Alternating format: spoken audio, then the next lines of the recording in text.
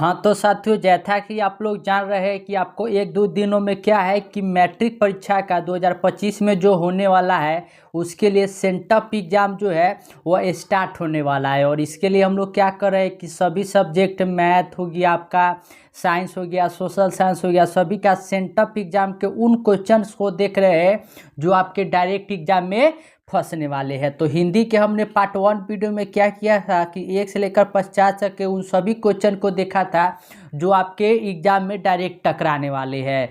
तो आज के इस पार्ट 2 वीडियो में हम लोग क्या करेंगे कि 51 से लेकर 100 तक के VBI हिंदी के क्वेश्चंस को देखेंगे जो आपके सेंटअप एग्जाम में डायरेक्ट टकराएंगे। तो आपने अगर पार्ट 1 वीडियो को नहीं देखा है तो उसका लिंक डिस्क्रिप्शन बॉक्स में है, वहाँ से जाकर आप लोग देख लीजिएगा। तो 51 नंबर प्रश्न की ओर बढ़ते हैं। तो 51 नंबर प्रश्न देखिए आपके सामने क्या दिया हुआ है। 51 नंबर प्रश्न देखिए क्या कह रहा है क्या कि भीमराव अंबेडकर ने किसके प्रोत्साहन पर उच्चतर शिक्षा के लिए न्यूयॉर्क गए। तो भीमराव अंबेडकर जी जो है वह श्रम विभाजन और जाति प्रथा के लेखक है।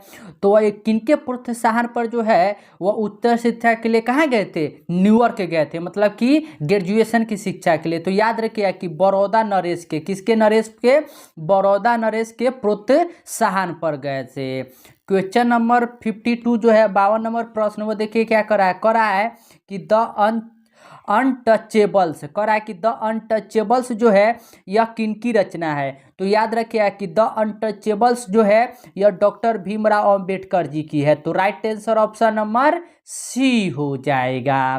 क्वेश्चन नंबर 53 की ओर बढ़ते हैं। तो क्वेश्चन नंबर 53 क्या करा है कि विष के दांत शीर्षक पाठ की कहानी का संग्रह से लिया गया है। तो जो विष के दांत है वह कौन से कहानी संग्रह से लिया गया है?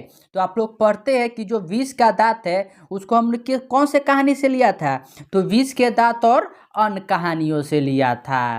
क्वेश्चन नंबर 54 आप लोग के सामने है कि सशक्त कथाकार अमरकांत का जन्म किस वर्ष हुआ था? तो उनका जन्म कब हुआ था? तो उनका जन्म हुआ था 1925 ईस्वी में। तो right answer option number A हो जाएगा।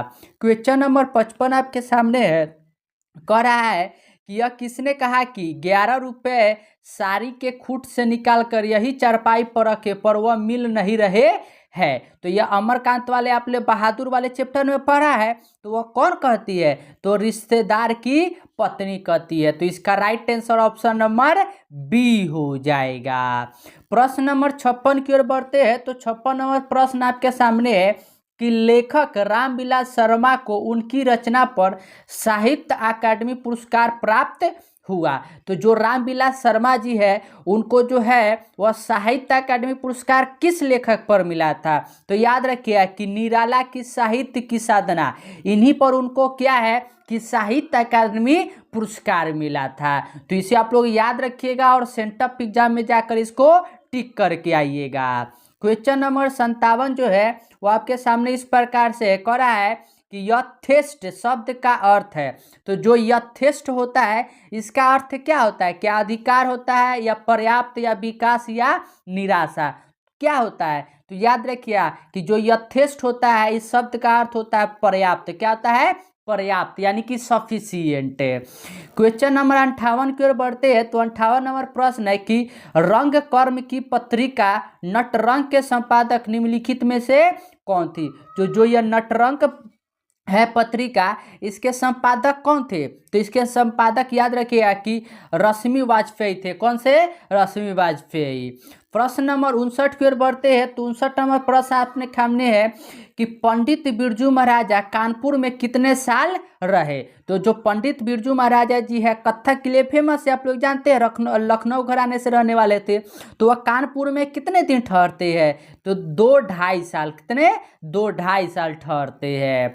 प्रश्न नंबर 60 आपके सामने इस प्रकार से दिया हुआ है कि निम्नलिखित में से कौन सी रचना अशोक वाजपेयी की है? तो अशोक वाजपेयी की कौन सी रचना है? क्या कविता का जनपद, नौकर की कमीज, सौरमंडल, या अक्षर कथा है? तो कौन सा है? तो याद रखिएगा कि नौकर की कमीज है। तो right answer option number B हो जाएगा। प्रश्न नंबर 61 की ओर बढ़ते हैं। तो 61 नंबर प्रश्न, यह बार बार आपके एग्जाम में पूछा जाता है कि मदुरै पांड्य लोगों की दूसरी राजधानी है, यह कहाँ लिखा हुआ है। तो याद रखिएगा कि ये जो लिखा हुआ है यह तुलनात्मक व्याकरण में है। कहाँ है? तुलनात्मक व्याकरण में। प्रश्न नंबर 62 की ओर बढ़ते हैं। तो 62 नंबर प्रश्न है कि पापाती बेहोश सी क्यों पड़ी थी। तो जो पापाती है वह बेहोश क्यों पड़ी थी। तो आप लोग कहानी में पढ़ते हैं कि पापाती को क्या था कि जो बुखार था वो बहुत तेज लगा हुआ था। तो इसका राइट आंसर डी हो जाएगा कि बुखार की तेजी के कारण। प्रश्न नंबर 63 की ओर बढ़ते हैं। तो 63 नंबर प्रश्न आपके सामने कह रहा है क्या कि माँ को रखने का ठेका सिर्फ उसी ने तो नहीं ले रखा है, यह किसने कहा था। तो आप लोग ये पढ़ते हैं कहानी जिसमें भाइयों सब जो होता है वो अपनी माँ को रखने के लिए नोकझोंक करते हैं। तो माँ के रखने के लिए मैं ही तो ठेका नहीं लिया, ये कौन कहता है। तो आप लोग जानते हैं कि ये कहता है कौन, ये कहता है कैलाश। कौन कहता है? कैलाश ने कहा था। प्रश्न नंबर 64 आपके सामने है कि नाना काना साहब अब कहाँ है। तो नाना काना साहब कहाँ है। तो नाना काना साहब जानते हैं कि यहीं पर सिख धर्म के जो गुरु नानक जी है उनका क्या हुआ था, जन्म हुआ था। और ये अभी पाकिस्तान में है। कहाँ पर है? पाकिस्तान में है। प्रश्न नंबर 66 आपके सामने इस प्रकार से है कि सिखों के पांचवें गुरु कौन थे। तो सिखों के पांचवें गुरु कौन थे। तो सिखों का जो धर्म ग्रंथ है ना उसको लिखने वाले याद रखिएगा कि गुरु अर्जुन देव ही क्या है कि उनके पांचवें गुरु थे। प्रश्न नंबर 67 आपके सामने है कि दंड कमंडल शिखा सूत धोती तीरथ गौमनु अति भ्रमनु करे, यह पंक्ति किस शीर्षक कविता से उद्धृत है। तो ये कौन से कविता से है। तो याद रखिए कि राम नाम बिनु बिरथे जगी जन्मा से है। प्रश्न नंबर 68 आपके सामने है। ये सभी जो है ना आपके क्या है कि पद खंड यानी कि कविता वाले भाग से ये प्रश्न कह रहा है कि गुरु नानक के किस पद में राम नाम के कीर्तन पर बल दिया गया है। तो कौन से पद पर राम नाम का जो है ना उस पर बल दिया गया है। तो आप लोग जानते हैं कि प्रथम पद पर। किस पर? प्रथम पद पर। प्रश्न नंबर 69 आपके सामने दिया हुआ है, पिछानी शब्द का क्या अर्थ है। पिछानी जो शब्द है इसका अर्थ क्या होता है। तो पिछानी शब्द का अर्थ होता है पहचानी। क्या होता है? पहचानी। तो right answer option number C हो जाएगा। प्रश्न नंबर 70 की ओर बढ़ते हैं। तो 70 नंबर प्रश्न देखिए क्या कर रहा है। कह रहा है कि निम्न में से कौन कवि पठान राजवंश में उत्पन्न हुए थे। तो ऐसा प्रश्न बार बार पद खंड से पूछा जाता है क्योंकि क्या है कि पठान राजवंश से जो पैदा हुए थे वह रसखान थे। कौन थे? रसखान। तो इसको आप लोग जाइएगा और अपने एग्जाम में टिक कर कर आइएगा। प्रश्न नंबर 71 आपके सामने है कि पेड़ से पत्ते गिरे यह किस कारक का उदाहरण है। तो कारक हम लोग जानते हैं कि कारक 8 प्रकार के होते हैं। तो पेड़ से पत्ते गिरे ये कौन सा है। तो पेड़ से जब पत्ता गिरेगा तो क्या हुआ कि एक जगह से दूसरा जगह जाएगा, मतलब उसका दूर हटेगा। तो आप लोग जानते हैं कि जब कोई एक सतह को छोड़कर दूसरा जगह जाता है तो अपादान होता है। तो इसका right answer option number D हो जाएगा। प्रश्न नंबर 72 आपके सामने दिया हुआ है, क्या कर रहा है कि स्वरनाम में कुल कितने भेद होते हैं। देखिए बच्चों वाला प्रश्न पूछ रहा है कि स्वरनाम के कितने भेद होते हैं। तो हम लोग जानते हैं कि स्वरनाम कुल कितने प्रकार के होते हैं। तो 6। तो इसका right answer option number A हो जाएगा। प्रश्न नंबर 73 आपके सामने इस प्रकार से दिया हुआ है, ऐसा ना हो कि कोई आ जाए, यह किस स्वर नाम का उदाहरण है। ऐसा ना हो कि कोई आ जाए। अब देखिए खुद ही आप लोग समझ के देखिए कि कोई आ जाए, कौन कौन आ जाएगा। अनिश्चित है, कोई पता नहीं है कि नरेंद्र मोदी जी आएंगे कि राहुल गांधी जी आएंगे कि अमित शाह जी आएंगे। राजनीति का मैंने नाम ले लिया है तो कोई भी व्यक्ति आ सकता है, यानी कि यह अनिश्चयवाचक है। तो इसका right answer option number A हो जाएगा, अनिश्चयवाचक स्वर नाम। प्रश्न नंबर 74 आपके सामने दिया हुआ है कि जो संज्ञा और सर्वनाम की विशेषता बताए उसे क्या कहते हैं। तो देखिए बच्चों वाला प्रश्न है, हम लोग पढ़ते कि जो संज्ञा और सर्वनाम की विशेषता बतलाता है उसे हम विशेषण कहते हैं, और जिसकी विशेषता बताता है उसे हम विशेष्य कहते हैं। तो इसे भी आप याद रखिएगा। प्रश्न नंबर 75 आपके सामने है कि शेर भर दूध किस विशेषण का उदाहरण है। तो शेर भर दूध क्या है, यह बता रहा है कि वह कितना परिणाम है, तो यह हो जाएगा कि परिणाम बोधक विशेषण। प्रश्न नंबर 76 की ओर बढ़ते हैं। तो 76 नंबर प्रश्न देखिए क्या कर रहा है, कह रहा है कि निम्नलिखित वाक्यों में कौन वाक्य अशुद्ध है, मतलब कौन सा वाक्य जो है ना वो अशुद्ध है, मतलब गलत है। आप कहाँ पर रह रहे हैं, पैदल चलकर आने में देर होना स्वाभाविक था, बिना अच्छे वेतन में काम नहीं होगा, हमारा प्रदेश की जनता शांत है। तो कौन सा वाक्य अशुद्ध है, तो यहाँ याद रखिएगा कि यहाँ वाक्य अशुद्ध है कि आप कहाँ पर रह रहे हैं। तो यहाँ right answer option number A हो जाएगा। प्रश्न नंबर 77 आपके सामने है कि निम्न में तद्भव शब्द कौन है। तद्भव कौन है, क्या प्रिय है, मोर है, पुष्प है या चतवावीर है। तो कौन सा हो जाएगा तद्भव शब्द, तो तद्भव यहाँ पर हो जाएगा चतवारी हो जाएगा। तो राइट आंसर डी हो जाएगा। प्रश्न नंबर 78 आपके सामने है कि बनावट के विचार से शब्द के कितने प्रकार होते हैं। तो बनावट के आधार पर याद रखिएगा कि जो शब्द होते हैं वह कुल 3 प्रकार के, कितने प्रकार के, 3 प्रकार के, और एग्जाम में जाकर आपको 3 ही प्रकार टिक मारना है। प्रश्न नंबर 79 आपके सामने दिया हुआ है, क्या कर रहा है कि ऐसे शब्द जो 2 शब्दों के मेल से बनते हैं और जिनके खंड सार्थक होते हैं वह क्या कहलाते हैं। तो ये तो बच्चों वाला प्रश्न है, ये हम लोग क्या करते हैं कि बार बार पढ़ते हैं कि अगर कोई भी शब्द 2 शब्द से मिलकर बना है और उसका अर्थ सार्थक है तो वह यौगिक शब्द होगा। तो इसका right answer option number C हो जाएगा। प्रश्न नंबर 80 आपके सामने है, कह रहा है क्या कि उस शब्दांश या अवयव को क्या कहते हैं जो किसी शब्द के पहले आकर उसके विशेष अर्थ प्रकट करता है। तो हम लोग उपसर्ग और प्रत्यय बार बार पढ़ते हैं कि उपसर्ग किसी भी शब्द के पहले आता है और प्रत्यय किसी भी शब्द के अंत में आता है। तो यहाँ का कहा है कि सबसे पहले, तो सबसे पहले कौन सा हो जाएगा, उपसर्ग हो जाएगा। प्रश्न नंबर 81 आपके सामने है, कह रहा है कि बिरजू महाराजा का जन्म लखनऊ के किस अस्पताल में हुआ था। तो जो बिरजू महाराजा जी है उनका जन्म याद रखिएगा कि जो जफरीन अस्पताल है उसमें हुआ था। तो right answer option number D हो जाएगा। प्रश्न नंबर 82 की ओर बढ़ते हैं। तो 82 नंबर प्रश्न आपके सामने देखिए क्या है, कह रहा है कि लैटिन कवि वर्जिल पर किसने एक बड़ी अच्छी कविता लिखी थी। तो जो वर्जिल है उस पर एक अच्छी कविता किसने लिखा था, तो याद रखिएगा कि अंग्रेज कवि टेनिसन ने, किसने लिखा था, टेनिसन ने। प्रश्न नंबर 83 आपके सामने है कि सिकत्थक शब्द का अर्थ है। तो जो सिकत्थक शब्द होता है इसका अर्थ क्या होता है, क्या पानी, रंग, मोम या नाखून। और याद रखिएगा कि ये बहुत ही ज्यादा VBI, ये बार बार प्रश्न जो है ना आपके एग्जाम में पूछा जाता है। तो आप लोग याद रखिएगा कि इसका अर्थ होता है मोम। क्या होता है, मोम होता है। प्रश्न नंबर 84 आपके सामने है कि दही वाली मंगमम्मा शीर्षक कहानी किस कहानी से संभार ली गई है। तो ये कौन सी कहानी थी, तो ये सिंपल है कि आप लोग पढ़ते कन्नड़ की कहानियां से, यानी कि कर्नाटक वाली कहानियां।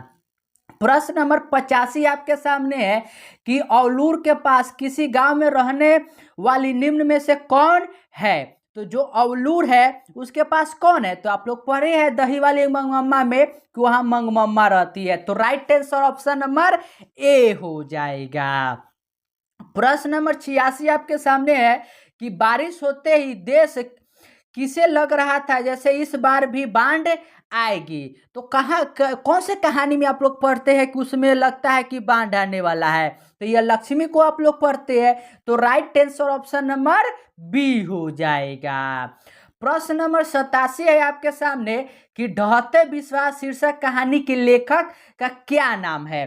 तो जो ढहते विश्वास है उस कहानी के लेखक कौन है, सातकोरी होता। तो right answer option number C हो जाएगा। प्रश्न नंबर 88 आपके सामने है कि 3 गोरे निशांत डॉक्टरों एक मत होकर मंगू के पागलपन का क्या निदान प्रकट किया। तो उसका क्या किया था, तो इलाज संभव है ऐसा कहा था। प्रश्न नंबर 89 आपके सामने है कि मंगू किस समय से पागल थी। तो जो मंगू है वह किस समय थी, तो आप लोग कहानी में पढ़ते हैं कि मंगू जो है वह जन्म से ही पागल थी। तो इसका right answer option number A हो जाएगा। प्रश्न नंबर 90 आपके सामने है, क्या कर रहा है, लेखक सुजाता रचित कहानी का क्या नाम है। तो जो सुजाता जी है लेखक, वह कौन सी कहानी लिखते हैं, क्या माँ या नगर या ढहते विश्वास या धरती कब तक घूमेगी। तो आप लोग जानते हैं कि वह नगर लिखते हैं। तो right answer option number B हो जाएगा। प्रश्न नंबर 91 आपके सामने है, कह रहा है क्या 91 नंबर कि कवि रस खान को पुष्टि मार्ग में दीक्षा किसने दी। तो रस खान को जो है वो पुष्टि मार्ग में किसने दीक्षा दी थी, तो याद रखिएगा कि गोस्वामी विठलनाथ ने। किसने दिया था, गोस्वामी विठलनाथ ने। प्रश्न नंबर 92 की ओर बढ़ते हैं। तो 92 नंबर प्रश्न आपके सामने है कि इनकी रचनाओं से मुग्ध होकर भारतेंदु हरिश्चंद्र ने कहा था, इन मुसलमान हरिजन पे कोटिन हिंदू वारिये। तो ये कब, तो याद रखिए कि रसखान पर, किस पर, रसखान की। प्रश्न नंबर 93 आपके सामने है कि कवि घनानंद का जन्म किस वर्ष हुआ था। तो कवि घनानंद जी का जन्म कब हुआ था, तो याद रखिए कि 1689 ईस्वी में। कब, 1689 ईस्वी में। प्रश्न नंबर 94 की ओर बढ़ते हैं। तो 94 है कि घनानंद किसके सैनिकों द्वारा मारे गए थे। तो याद रखिए कि जो घनानंद है वह किसके सैनिकों द्वारा, तो नादिर शाह के सैनिकों द्वारा मारा गया था। प्रश्न नंबर 95 की ओर बढ़ते हैं। तो 95 नंबर प्रश्न है क्या कि भारत सौभाग्य नाटक किसकी रचना है। तो जो भारत सौभाग्य है यह किसकी रचना है, तो याद रखिएगा कि यह बद्री नारायण चौधरी प्रेमघन का है। तो right answer option number A हो जाएगा। प्रश्न नंबर 96 आपके सामने दिया हुआ है, मनुज भारित देखी कोई सकत नहीं पहचान, यह पंक्ति किस कविता से है। तो यह कविता कौन सी कविता से है, तो याद रखिएगा कि स्वदेशी से। किससे है, स्वदेशी से। प्रश्न नंबर 97 आपके सामने इस प्रकार से है कि बद्री नारायण चौधरी प्रेमघन ने किस मासिक पत्रिका का संपादन किया था। और यह भी बहुत ज़्यादा इंपॉर्टेंट है, तो इसको भी आप लोग याद ही कर लीजिएगा।